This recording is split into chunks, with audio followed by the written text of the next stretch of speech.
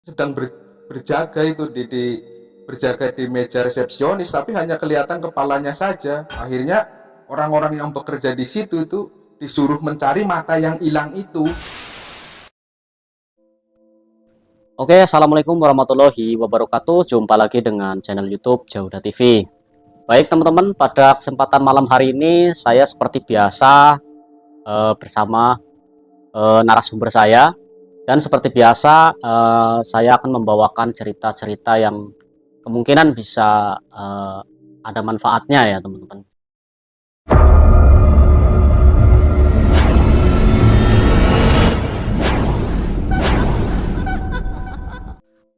Beliau punya cerita lagi tentang pengalaman horor lagi. Jadi nggak ada habis-habisnya ya untuk pengalaman horor. Ya entah kenapa beliau juga sering mengalami hal-hal yang mistis atau kejadian-kejadian horor ya. Dan kebetulan beliau ini berprofesi sebagai supir yang kebetulan bos atau majikannya bertempat di salah satu apartemen yang dulunya itu pernah terbengkelai. Dan seperti apa ceritanya, langsung saja kita tanyakan kepada beliau. Assalamualaikum, selamat malam Kang. Waalaikumsalam warahmatullahi wabarakatuh. Baik, terima kasih Kang untuk waktunya. Pada kesempatan malam hari ini saya nih ikut numpang ngopi lagi nih Kang.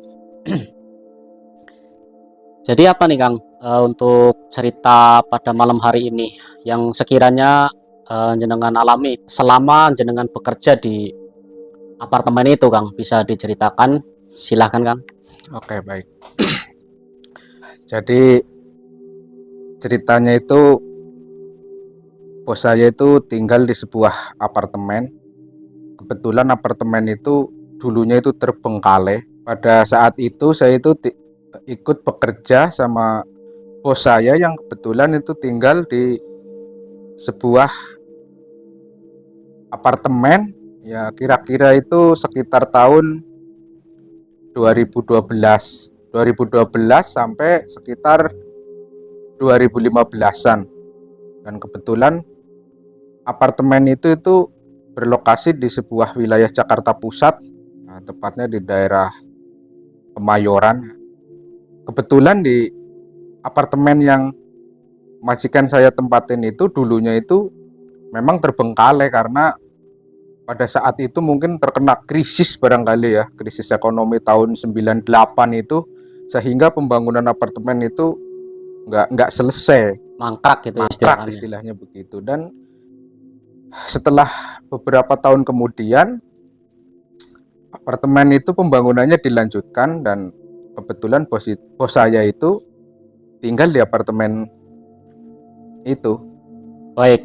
eh, dan kejadian apa Kang nih kira-kira yang jenengan alami di salah satu apartemen itu Kang?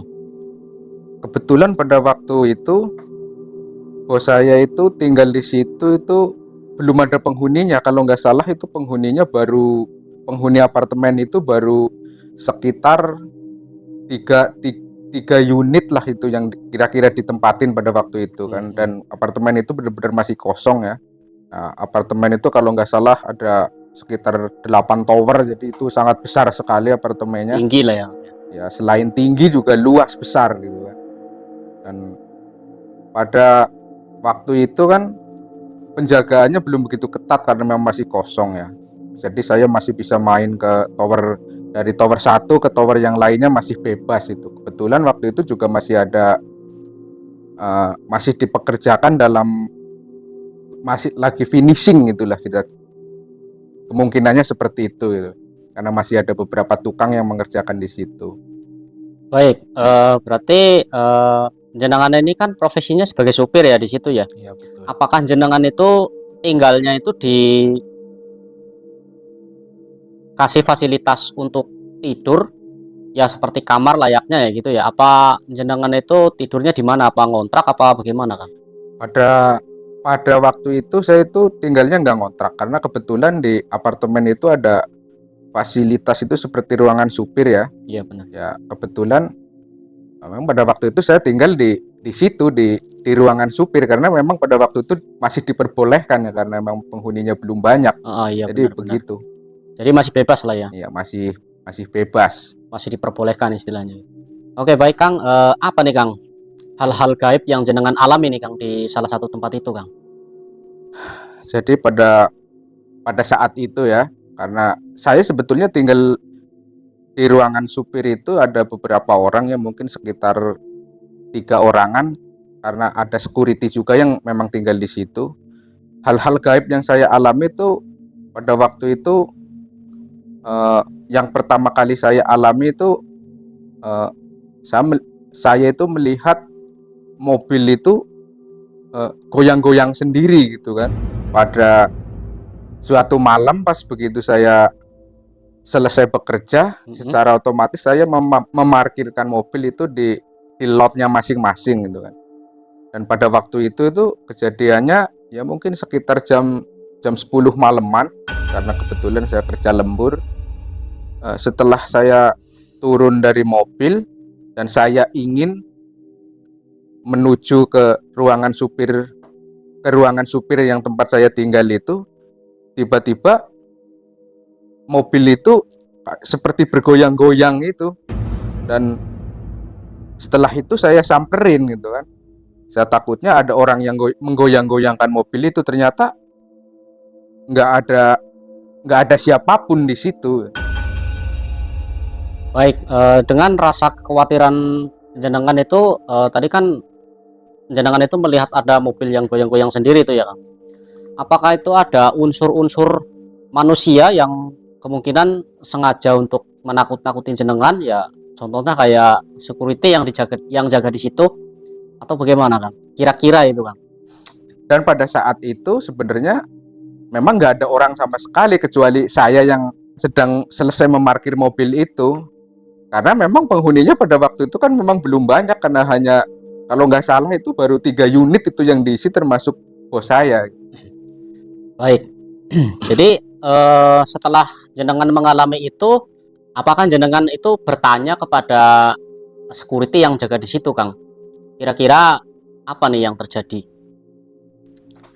Ya saya memang pada waktu itu akhirnya saya bertanya kepada security yang jaga di situ, dan security itu memang sudah bekerja di situ cukup lama ya, cukup lama dari saat apartemen itu masih terbengkalai. Berarti memang si security itu memang sudah cukup lama bekerja di situ. Dan setelah apartemen itu jadi, si security itu tetap dipertahankan bekerja di situ. Oke baik, berarti pas jenengan tanya kepada security itu, apakah security itu tahu tentang kejadian-kejadian apa yang sekiranya terjadi gitu Kang di apartemen itu Kang? Kalau menurut cerita si security itu, dulu waktu pada saat pembangunan itu, dulunya itu pernah ada seorang pekerja itu yang jatuh dan meninggal di tempat itu. Baik, kira-kiranya itu pekerjanya itu jatuh dari lantai berapa itu Kang? Kalau menurut cerita si security itu sebenarnya bukan jatuh ya, tepatnya itu dulu katanya itu karena si tukang itu sedang mengerjakan itu kayak semacam tangga darurat itu, dan kebetulan tangga darurat itu katanya ambruk itu dari lantai 8, dan si pekerja itu sebenarnya itu katanya dulu itu ada 8 pekerja itu yang tertimpa dan akhirnya meninggal di situ. Baik teman-teman, jadi atas kejadian ini kita bisa ambil dari segi cerita mistis yang sekiranya dikenal oleh masyarakat pada umumnya, bahwasanya bangunan-bangunan yang terbengkalai itu memang mengandung unsur-unsur mistis yang kemungkinan bisa dikatakan kayak semacam bangunan itu minta tumbal teman-teman. Jadi teman-teman pernah mendengar cerita tumbal-tumbal yang ada di proyek-proyek, kemungkinan ada tumbal kepala kerbau, ada tumbal apa segala macam, yaitu adalah sebuah simbol teman-teman. Jadi manusia yang jadi korban dan kepala kerbaunya itu hanyalah sebuah simbol. Baik teman-teman, kemungkinan nih ada lanjutan cerita dari teman kita. Silakan Kang. Kemungkinan ada tambahan cerita nih, akhir sebuah ceritanya gimana ini Kang? Ya, sebenarnya ceritanya itu sih masih cukup panjang ya sebenarnya kalau diceritakan dari awal sampai akhir ya. Bener-bener. Karena pada saat itu juga masih menurut kata si security itu dulu pernah ada eh, pekerja yang jatuh itu kebetulan itu matanya itu hilang gitu kan. Matanya kebetulan matanya hilang itu dulu pernah sampai rame ya. Karena waktu itu juga akhirnya orang-orang yang bekerja di situ itu disuruh mencari mata yang hilang itu. Tapi nggak satupun orang yang menemukan di area yang tadinya jatuh itu. Ya kemungkinan sudah tertimbun bangunan atau reruntuhan yang jatuh itu, kemungkinan kayak gitu ya Kang ya. Kemungkinannya seperti itu.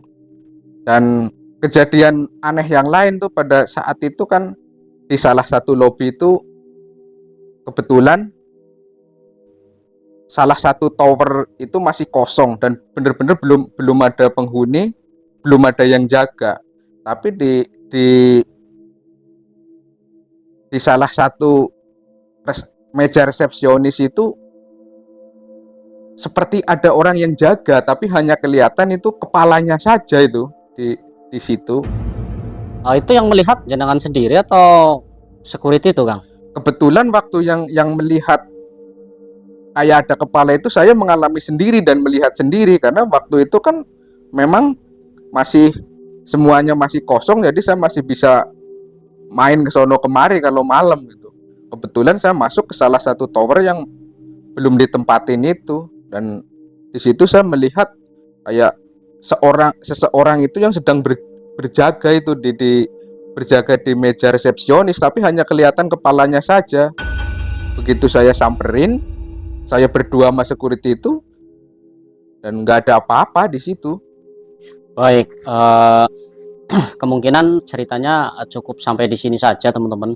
Dan beliau bilang tadi itu kalau diceritakan itu panjang teman-teman ya. Ya mudah-mudahan cerita ini bisa diambil dari segi positifnya ya teman-teman, bahwasanya itu di mana tempat kita bekerja itu ya kita harus tetap hati-hati lah ya. Istilahnya kita itu selalu utamakan baca doa teman-teman. Baik, terima kasih teman-teman semuanya yang sudah menyaksikan video ini dan sudah mendengar cerita ini. Mudah-mudahan ada manfaatnya. Dan saya berterima kasih banyak untuk teman saya. Ya, sama-sama. Sudah mengizinkan untuk bercerita lagi dan berbincang-bincang tentang pengalaman horor atau pengalaman misteri ya, Kang ya. Oke, kayak gitu saja. Jangan lupa untuk dukungannya dengan cara like, komen, dan subscribe, dan nyalakan lonceng notifikasinya agar teman-teman tidak ketinggalan cerita-cerita yang menarik dari channel Jauda TV. Baik, saya Jauda TV dan teman saya. Assalamualaikum warahmatullahi wabarakatuh. Waalaikumsalam warahmatullahi wabarakatuh.